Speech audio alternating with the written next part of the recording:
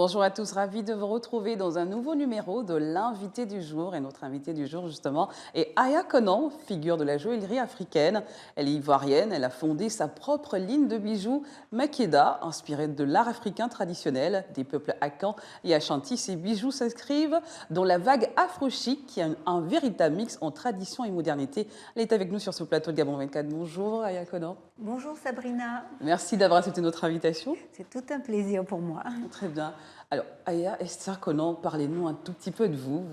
Vous êtes au Gabon. Pour ceux qui vous découvrent à l'instant, parlez-nous un tout petit peu de vous. Alors, ce que je peux dire de moi, c'est que je suis une femme entrepreneur, que Oui. c'est vrai, je suis fondeur à la base, donc Oui. un métier d'homme. J'ai une fonderie, tous les bijoux sont fabriqués en Côte d'Ivoire. Mhm. Je suis aussi designer d'événements. Oui. Je décore des mariages, des galas.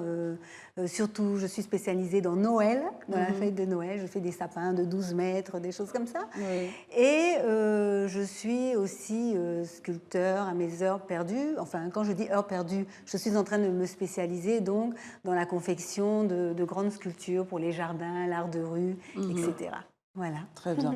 Alors, vous êtes actuellement à Libreville dans le cadre de l'événement caritatif Kyle pour elle, autour de la mode, qui a décidé de donner une nouvelle opportunité à ces jeunes filles déscolarisées. Quelle est votre implication à votre niveau, Aya Conan? Alors, une grande implication, on va dire émotionnelle d'abord, parce que quand on m'a appelée pour me proposer ça, Oui. ça m'a vraiment fait plaisir, dans le sens où moi-même j'ai une ONG Oui. qui s'appelle Aya de Cocody. Aya de Cocody, oui. Voilà, et je m'occupe donc de la formation des filles illettrées. Pourquoi illettrées? Parce que ce sont des filles qui ont peut-être moins de chances d'accéder à un travail que les filles qui ont pu avoir ne serait-ce qu'un petit cursus scolaire et qui manuellement vraiment se donnent à cœur. Oui. Donc je les forme, je forme à peu près 20 filles par an, c'est pas beaucoup. Mais une petite goutte dans la mer, en plus une petite goutte, ça peut faire un tsunami. Donc du coup, dès qu'elles m'ont approchée, je n'ai pas hésité. Oui. Et j'ai dit pourquoi pas. Et voilà, donc je suis très contente d'être là. J'ai rencontré les filles ce matin, j'ai parlé un peu avec elles et c'est vraiment gratifiant. Et vous êtes membre du jury, vous êtes Alors non, je suis juste une invitée. une invitée. Mais aussi, j'ai participé au talk. Et puis, donc, comme je vous ai dit, j'ai parlé aux filles pour Oui. leur donner un peu des indications. Et vraiment, je suis très fière de Binette parce que je trouve qu'elle est jeune. Et à cet âge-là déjà, de faire des choses comme ça. Et qu'avez-vous dit c'est à ces très jeunes bien. filles qui ont arrêté l'école tôt pour des raisons diverses? Qu'avez-vous dit pour leur redonner espoir, du courage comme ça? Je leur ai juste dit que quel que soit le métier qu'elles choisissent, il faut qu'elles le fassent avec passion, Oui. qu'il faut qu'elles aiment ce qu'elles font, que le matin quand elles se lèvent pour aller au travail, qu'elles n'aient pas l'impression d'aller travailler. Moi, toute ma vie a été comme ça. Je n'ai fait que des choses que j'aimais. Ça m'a bien réussi et je suis contente et c'est avec plaisir justement que quand les filles viennent et que je les forme, enfin, je sens vraiment de la gratitude quand je les vois évoluer parce que pour la plupart, je les replace. Après, c'est quelque chose de très fort. Et Il y a donc, je déjà leur un ai dit profil ça. qui vous a particulièrement touché? Ah Vous oui, avez eu le temps de enfin, faire connaissance? oui, ici, à Oui. Libreville, Oui. on n'a pas eu, j'ai pas eu le temps de faire connaissance, mais le simple fait que je leur ai parlé et comment elles ont réagi, comment elles avaient des sourires jusque-là, et puis comment elles me regardaient, c'était déjà un bonheur. Voilà. Justement, tout au long de votre parcours, quel a été l'élément qui vous a toujours donné envie de vous battre, d'aller de l'avant, d'aller encore plus loin? Plusieurs éléments. D'abord, au départ, quand j'ai commencé, j'étais seule avec mon garçon, mon fils, donc il Oui. fallait bien le nourrir. Oui. Donc déjà, quand on est femme, jamais, à partir du moment où on a un enfant, on ne baisse jamais les bras. Ça, c'est le premier élément déclencheur. Après, j'ai eu la chance de rencontrer quelqu'un de superbe dans ma vie, donc mon époux. Et quand je vois la fierté, quand il me regarde, qu'il voit ce que je fais, quand il me regarde, je comprends que vraiment, je fais encore plus pour dire que voilà, les femmes, c'est comme elle disait à votre émission, Oui. ce n'est pas seulement le foyer, c'est un tout. Et donc, il y a ça. Et après, au fur et à mesure Ce que garçon j'avançais, votre petit garçon qui vous a aussi donné envie d'aller plus loin? Oui, bien Votre sûr. mari, Bon, votre... après, parce que j'ai eu mon garçon, donc c'est bien après que j'ai rencontré mon mari. Après, on a d'autres enfants. Donc mes filles, elles sont tellement fières de moi quand je les vois. Bon, tout ça, ça booste. Après, Oui. j'ai des enfants qui ne sont pas mes enfants. Toutes mes employées, ce sont des petites jeunes.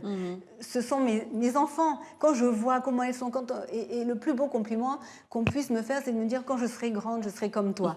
Voilà. Donc du coup, ça donne la pêche et ça donne envie d'aller de l'avant et voilà. À Yaconan, on remarque que les parcours de jeunes filles ou même de femmes sont souvent escarpés d'embûches. C'est important pour vous de tendre la main, de donner justement à ces femmes un but pour leur permettre de rebondir, de se redonner du courage.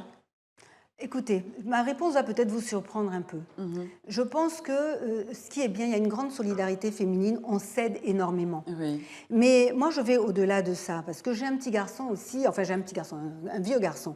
Mais je veux dire que je trouve que l'élan des femmes pour s'entraider est énorme.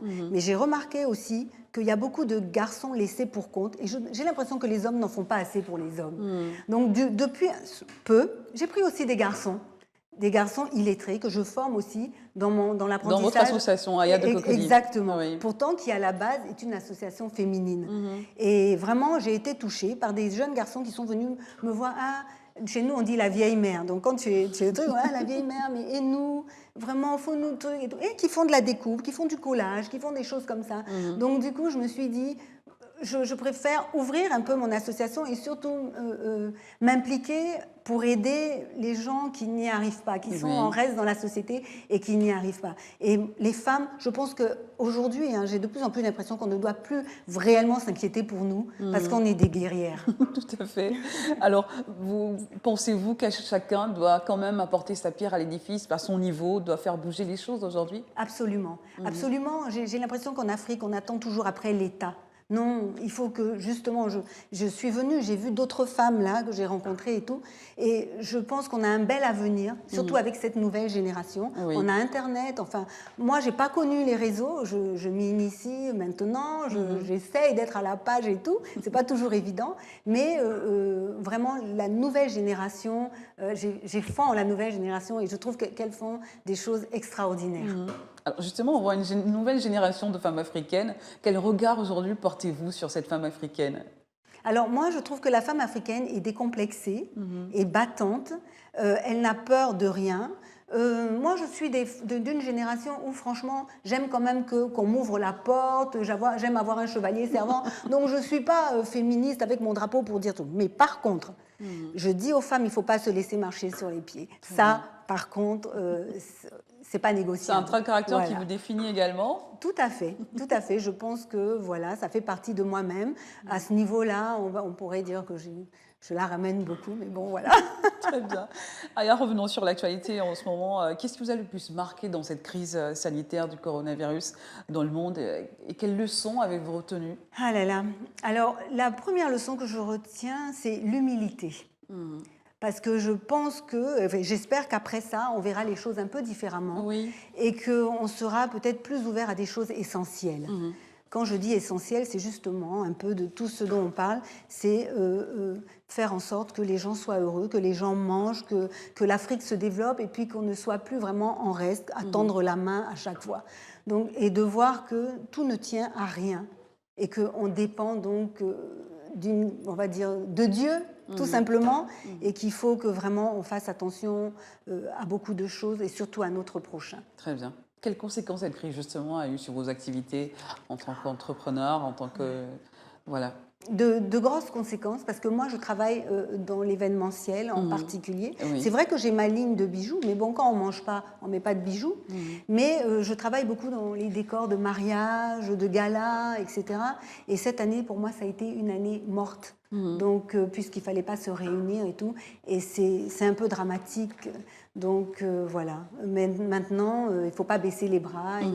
Il faut se battre. Bon, l'année dernière, heureusement qu'on avait fait une belle année, donc on a pu survivre. Mais là, il faut vraiment qu'on arrive à trouver une solution à cette pandémie. Aya Konan, pour terminer, pourquoi avez-vous tenu quand même à prendre part à cet événement, Karel Porel? Comme je vous ai dit tout à l'heure, déjà, j'ai aimé la jeunesse de cette fille qui s'est lancée dans ce projet. Et moi, vraiment, à chaque fois qu'on me sollicite en ce qui concerne aider les autres, à chaque fois que je suis C'est quelque chose qui vous touche particulièrement? Voilà, parce que je pense que Dieu m'a beaucoup donné, et qu'il faut que je rende un peu. Il faut que je rende. Il faut que je fasse des choses pour les autres. Et voilà, quand on a l'opportunité, il ne faut pas hésiter. On vous a personnellement, il y a des gens qui vous ont tendu la main également tout au long de votre parcours, qui vous ont aidé à évoluer? Oui, bien sûr, mais je pense que ça, c'est tout le monde, ne serait-ce même que quand on vous accorde un marché, ne serait-ce que même, enfin, tout au long d'une carrière, ne serait-ce que...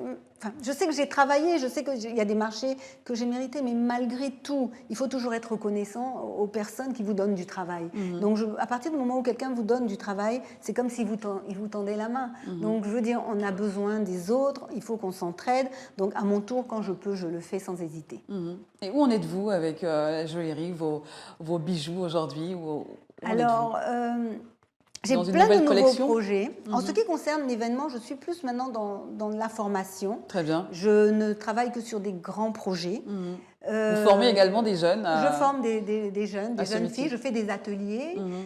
J'ai en projet l'année prochaine une émission, justement, qui s'appelle les ateliers d'Aya. Oui. Donc, justement, pour former, faire des genres de tutos, pour que les gens puissent apprendre sur les réseaux. Et pour les bijoux, j'ai une nouvelle collection qui va sortir là pour les fêtes. Et l'année prochaine aussi, j'ai vraiment plein de projets. Et revenons à cette association Aya de Cocody qui est justement adressée à ces femmes illettrées. Comment vous faites? Vous les formez, vous leur apprenez le b.a.-ba à lire et à écrire? Non, chez moi, non, j'apprends pas à lire, à écrire. Par contre, je pousse à faire des cours du soir. Donc, j'ai beaucoup de filles qui savent lire et écrire, qui travaillent avec moi. Vous faites dans du coaching? Qu'est-ce que vous faites exactement? Alors non, je prends des filles. Admettons, je prends des filles par 20. Oui. J'en fais des équipes comme ça. Et quand je les mets toutes sur des chantiers, elles viennent, elles apprennent directement. Elles font des formations. Alors, quand je déploie un décor, elles travaillent dessus. Elles apprennent l'art floral. J'en mets à la bijouterie qui apprennent le montage des bijoux. J'en mets, en fait, chez moi, toutes mes équipes, on est une équipe de 20 personnes à peu près, 25 personnes. Oui. Tout le monde sait tout faire. Chez moi, tu es fleuriste, et tu fais les bijoux, on fait tout parce qu'on travaille par saison. Donc, on peut travailler toute une saison à monter les bijoux pour préparer les collections. Après, si on a des chantiers, on travaille sur les chantiers. Chez moi, tout le monde sait tout faire. Et il y a certaines aujourd'hui qui sont devenues autonomes? Mais non. Pas autonome, j'en connais pas. Par contre, il y en a qui beaucoup travaillent chez les autres. Voilà, mais elles apprennent. Très bien. Elles apprennent. Mais il y en a qui peuvent être autonomes, mais après, dans nos métiers, il faut pouvoir aller vers le client, s'exprimer, parler. C'est pas toujours évident. Un mot de fin, Aya Konon, sur cet événement KL pour elle? Alors, le mot de la fin, c'est que déjà, je voudrais remercier Gabon 24, vous remercier Sabrina, et surtout remercier Binette et Laetitia qui m'ont invitée ici. Oui, Binette, voilà, avec la marraine de son événement, Laetitia. Tessier, oui. Tessier, voilà, oui, j'aimerais les remercier de m'avoir associée à ça.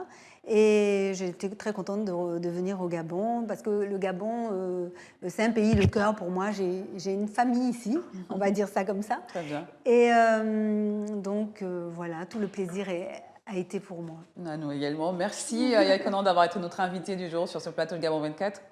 À très bientôt, certainement. Merci, à très bientôt. À Abidjan. Pourquoi pas. Merci à vous également d'avoir été des nôtres. Nous recevions à l'instant comme invitée Aya Esther Konon, qui était notre invitée du jour. Elle est designer, elle est également dans l'événementiel. Elle est plein de choses à la fois, elle a beaucoup de casquettes. Elle est venue nous parler justement de cet événement KL pour elle, dont elle prenait part, dont elle prend part aujourd'hui.